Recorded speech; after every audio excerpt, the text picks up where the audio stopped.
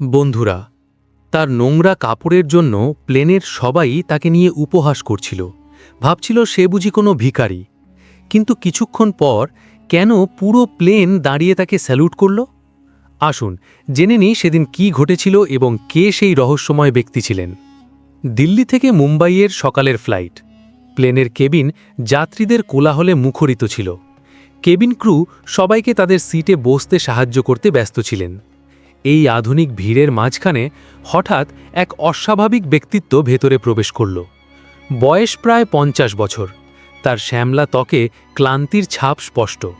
উস্কোখুস্কো চুল এবং মুখে গভীর বিষাদ, যা তাকে ভিড়ের মধ্যেও আলাদা করে তুলেছিল। সে একটি পুরনো ব্লেজার পরেছিল, যার নিচে শার্টের ওপরের বোতামটি খোলা ছিল। তার চেহারা শহুরে মনে হলেও তার সামাজিক অবস্থান অনুমান করা কঠিন ছিল। হাঁপাতে হাঁপাতে সে তার টিকিট দেখালো এবং জানলার ধারে 17 নম্বর সিটে বসে পড়ল। তাকে দেখে তার পাশে বসা আধুনিক মহিলাটি অবজ্ঞার দৃষ্টিতে নাকে রুমাল চাপল। তার চোখ যেন বলছিল, এই লোকটা কি সত্যি এই ফ্লাইটের যাত্রী? একজন এয়ার হোস্টেস সোহানি দূর থেকে সন্দেহজনক দৃষ্টিতে তাকে দেখছিল। সে কাছে এসে বলল, মাফ করবেন স্যার, আমি কি আপনার বোর্ডিং পাসটি আরেকবার দেখতে পারি? লোকটি শান্তভাবে হাসল এবং বলল, হ্যাঁ অবশ্যই, এই যে। এয়ার হোস্টেস সোহানি বোর্ডিং পাসটি নিল এবং সন্দেহজনকভাবে তার মুখের দিকে তাকালো। তারপর মাথা নেড়ে চলে গেল। লোকটি কিছু বলল না এবং জানলা দিয়ে মেঘের দিকে তাকিয়ে রইল।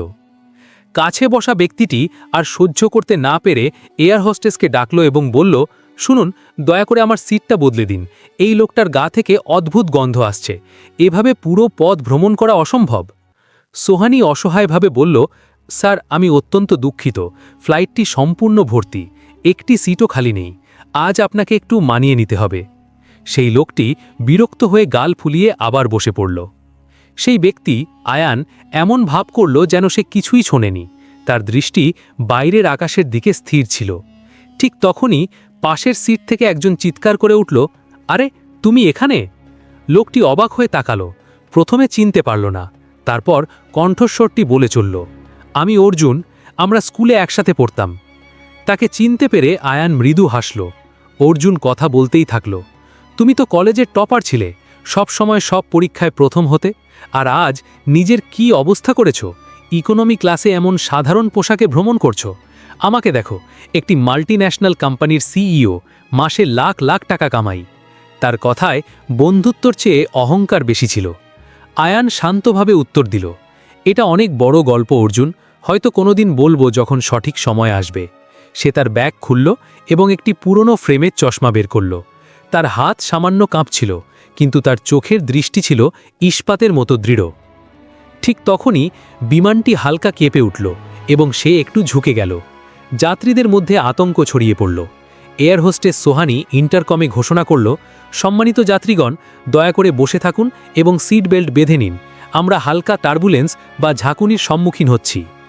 ভয়ের কিছু ছিল না, সব কিছু নিয়ন্ত্রণে ছিল, কিন্তু পরিস্থিতি দ্রুত খারাপ হতে শুরু করল। হঠাৎ এক বিশাল ঝাঁকুনির সাথে পুরো বিমানটি প্রচণ্ডভাবে কেঁপে উঠল। যাত্রীদের মুখ থেকে প্রার্থনা শুরু হয়ে গেল।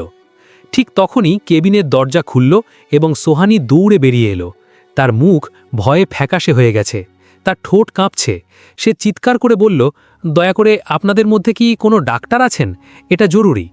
একজন মধ্যবয়সী লোক, ডাক্তার কুরণ দত্তা, উঠে দাঁড়ালেন এবং বললেন, আমি ডাক্তার। তিনি দ্রুত ককপিটের দিকে ছুটে গেলেন।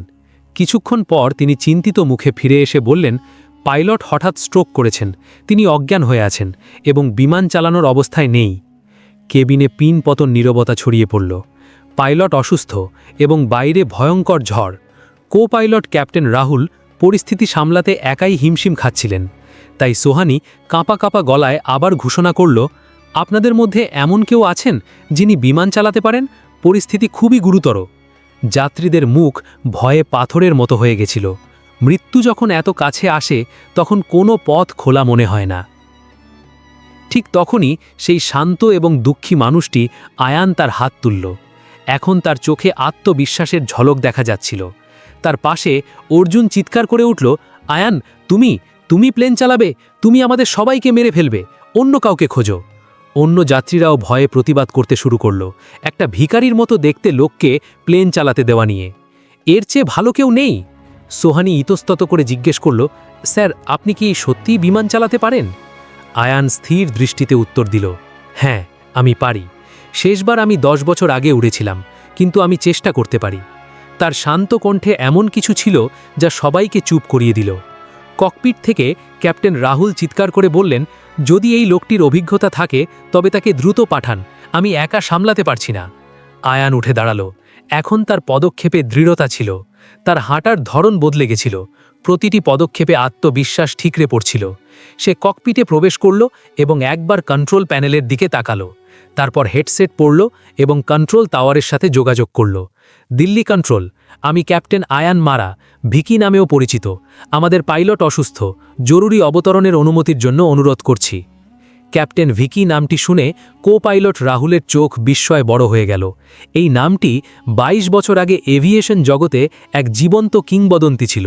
এক ভয়ঙ্কর ঝড়ে এই মানুষটি একাই 312 জন যাত্রীসহ একটি বিমান নিরাপদে ল্যান্ড করিয়েছিলেন। তখন তার বয়স ছিল মাত্র 28 বছর, কিন্তু 10 বছর আগে যান্ত্রিক ত্রুটির কারণে তাকে বরখাস্ত করা হয়েছিল। সেদিন তিনি বলেছিলেন, আমার অপেক্ষার অবসান হবে।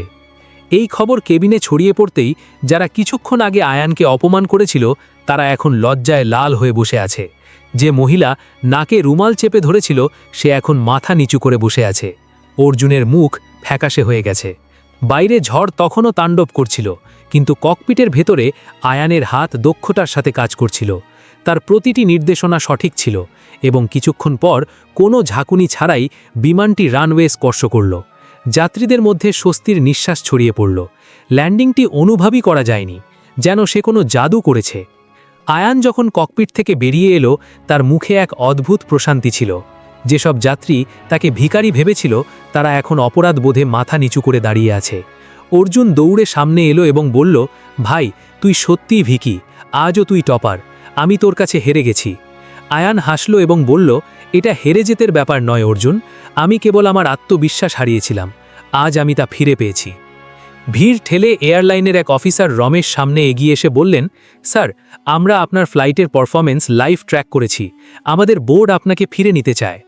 আয়ান আকাশের দিকে তাকালো এবং শান্তভাবে বলল, তারা আমার চাকরি কেড়ে নিয়েছিল, কিন্তু তারা আমার সাহস কেড়ে নিতে পারেনি। এ কথা শুনে কোনো নির্দেশ ছাড়াই বিমানের প্রতিটি যাত্রী এক এক করে উঠে দাঁড়ালো। পুরো কেবিন হাততালি এবং শ্রদ্ধায় প্রতিধ্বনিত হল। যে মানুষটি কিছুক্ষণ আগেও উপহাসের পাত্র ছিল সে এখন আকাশের প্রকৃত হিরো হয়ে উঠেছে। সবাই মিলে সেই কিংবদন্তিকে স্যালুট জানালো, কারণ প্রকৃত যোগ্যতা কখনোই পোশাক বা বাহ্যিক বায়াকারে প্রকাশ পায় না। বন্ধুরা, এই গল্পটি আপনাদের কেমন লাগলো? আপনারা কোথা থেকে দেখছেন তা অবশ্যই জানাবেন। যদি গল্পটি ভালো লেগে থাকে তবে চ্যানেলটি লাইক, শেয়ার এবং সাবস্ক্রাইব করতে ভুলবেন না।